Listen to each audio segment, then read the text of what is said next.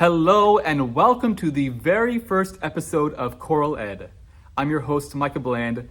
Thanks so much for watching. The first question you probably have is, what is ChoralEd? What is this YouTube channel all about? Well, ChoralEd, as you might guess, stands for choral education. And it's our goal here to provide pedagogical techniques and skills to choral educators. And we'll do this through a monthly, at least once a month, episode that will be released on YouTube as well as Apple Podcasts. ChoralEd is for all choral educators, but our real focus is on those teachers and pre-teachers in their undergraduate degree and those teachers in their first 1 to 5 years of teaching. And we do this because we know that there is a disjunct between what you learn in an undergraduate degree compared to what actually you need to know in a classroom setting. Now, of course, ChoralEd is for people who have been teaching longer than 5 years, those expert teachers, and hopefully every episode will provide you with some new information that you can implement in your classrooms. You might also be wondering, how is ChoralEd different from those other resources out there, those clinics, maybe book resources, as well as other podcasts out there? And there's a lot of great resources out there. And hopefully you'll see some differences between this channel and other resources. The first is, of course, we're on demand, and that's like many other podcasts, but in contrast to a clinic where you have to wait around and hope that the clinic is on the topic that you're interested in. Of course, you can find us anywhere on YouTube and Apple Podcasts by searching ChoralEd. Our episodes are also designed to be shorter in that they'll be about 10 to 20 minutes in length. And this is compared to a 50-minute, hour-long lecture that you might hear elsewhere. We do this because we know that teachers are very busy, and having time to sit down and listen to a lengthy lecture is not always possible. So hopefully this can be done during a lunch period or a conference period that you have. ChoralEd is also going to be on very specific topics for each episode. And it'll also be sequential in a way that we'll have series on these topics. So we'll have in the near future a series on vocal exercises, choral tone, sight reading, and so forth. And so each episode in that series will be on one very specific topic. For example, in sight reading, we'll have something about movable do, fixed do numbers, about teaching beginners, about audiation, and so forth, right? That each episode will be very specific, I can't say that word apparently, and that is to help you out, as after you watch these videos in another year or two, you might go, oh, what was that technique in that one video?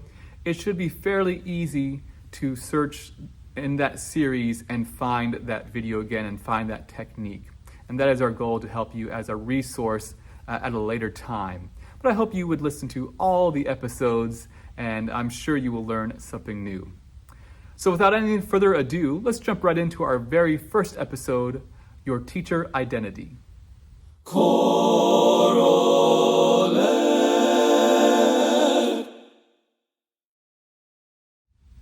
Your teacher identity, in my opinion, is one of those fundamental concepts that really influences your success in the classroom. Some people might refer to your teacher identity also as your teaching philosophy. I like your teacher identity because it's more personal than this more abstract idea of a philosophy of teaching, but they're both very similar. For me, I ask myself 3 questions in order to identify my teacher identity. These include, who do you want to be as a teacher? What is your desired choral tone? And what are the goals you have for your students? Anytime I make a lesson plan, I learn a new concept, I consider what activities I want to include in my classroom, what vocal exercises I wanted to use, what type of ensembles I will have. Anything that relates to your choral ensemble will be influenced by your teacher identity. Currently, in choral music, we have a good problem. Problem might not be the best term here, but the issue being we have many different approaches to teaching choral music. Think just for a moment, sight reading. fixed do, movable do, numbers, all the different method books that are out there, the different approaches to rhythm and reading rhythm and counting rhythm. There are so many different approaches. The problem being, when we go to a conference or we watch a video such as this, we kind of pick and choose different things. We go, oh, I like that idea. Oh, that's a good idea. And we mix them all together. The problem being, they might not necessarily work together. Take, for example, vocal exercises and your choral tone. You might hear an exercise and go, oh, that's a great exercise, and it might have a lot of staccato and accented onset. Well, if your approach to choral tone is the balanced onset, that exercise is not going to work for you. And that's a problem, right? And so, whatever you do in terms of the elements that you incorporate in your teaching, really evaluate them and see if they align with your teacher identity. So let's look at these questions individually here. The first question, who do you want to be as a teacher? This question might seem a little odd at first, because you're like, who do you want to be? Well, I'm be myself, right? Well, I might say, think about that, because many teachers starting out actually imitate someone else. There's nothing wrong with that. That's a good place to start, but they imitate their high school teacher, college teacher, their cooperating teacher, and they use the skills they learned and they use the same techniques and the same vocal exercises, but they don't really know why they're using them, right? That's what my college teacher did. You need to know why you're using them. And so when you know your own personal identity and your personality is able to shine in the classroom, you are an authentic version of yourself, that really changes your approach to teaching.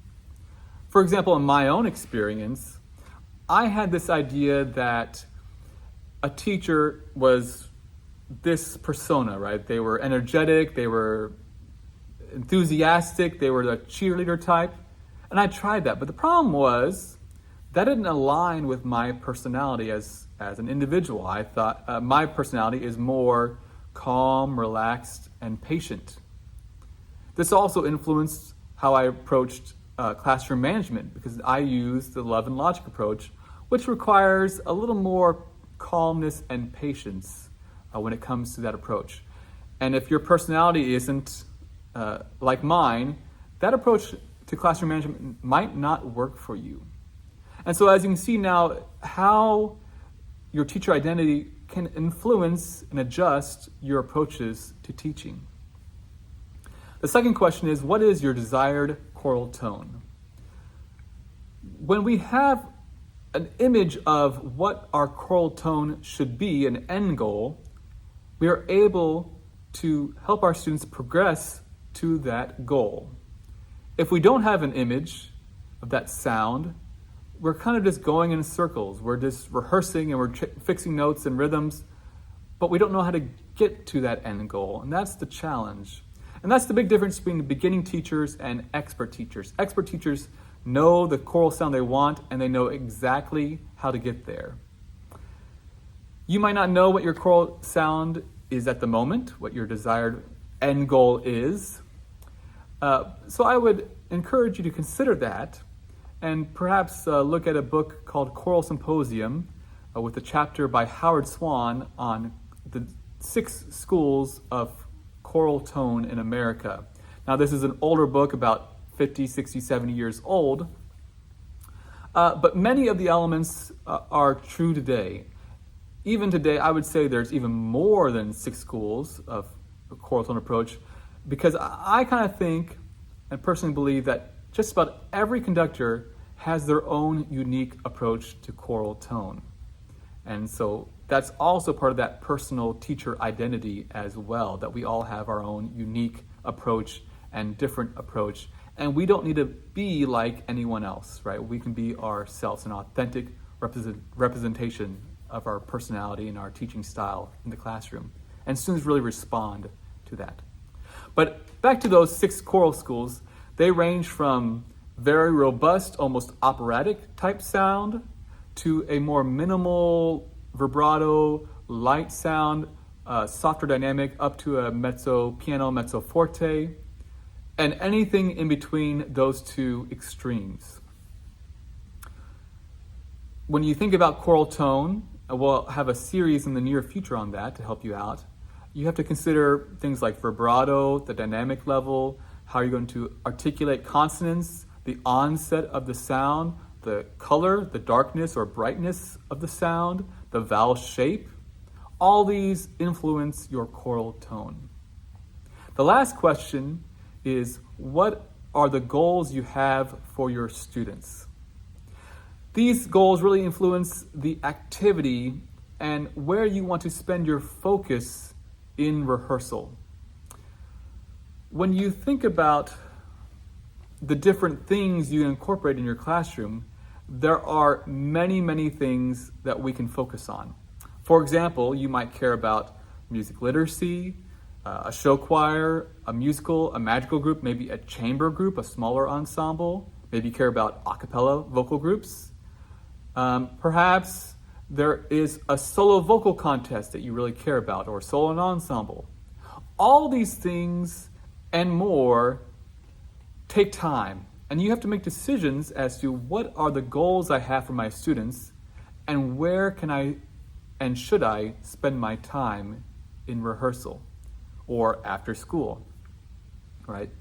Now, my personal belief, and this is my opinion here, that we should have a fairly diverse approach, that we should include many things, but focus in one or two areas, because I think students should have a diverse, complete experience in music and choir. But we can also focus on a few areas to really highlight. Now, why would we do this? When you highlight and focus on two areas, it's easier to become excellent and have a more fulfilling, meaningful experience for our students in those areas. If you're just trying to do everything, their experience is going to be minimal in all those areas. You cannot spend a lot of time in music literacy, right? Because you have to cover music theory, sight reading, you have to cover some composition, right? Include those writing. Music literacy includes reading and writing music, right? Improvisation can be included in there. There's many things to incorporate when it comes to music literacy. Other people might really focus more on performance. Now, we're not saying that in anything I've discussed today, one is better than the other. It's all about your own personal choice and approach and the goals you have for your students. Sometimes you might not have much of a choice, because if you are employed at a place that really cares about show choir, that's going to be your focus probably, right?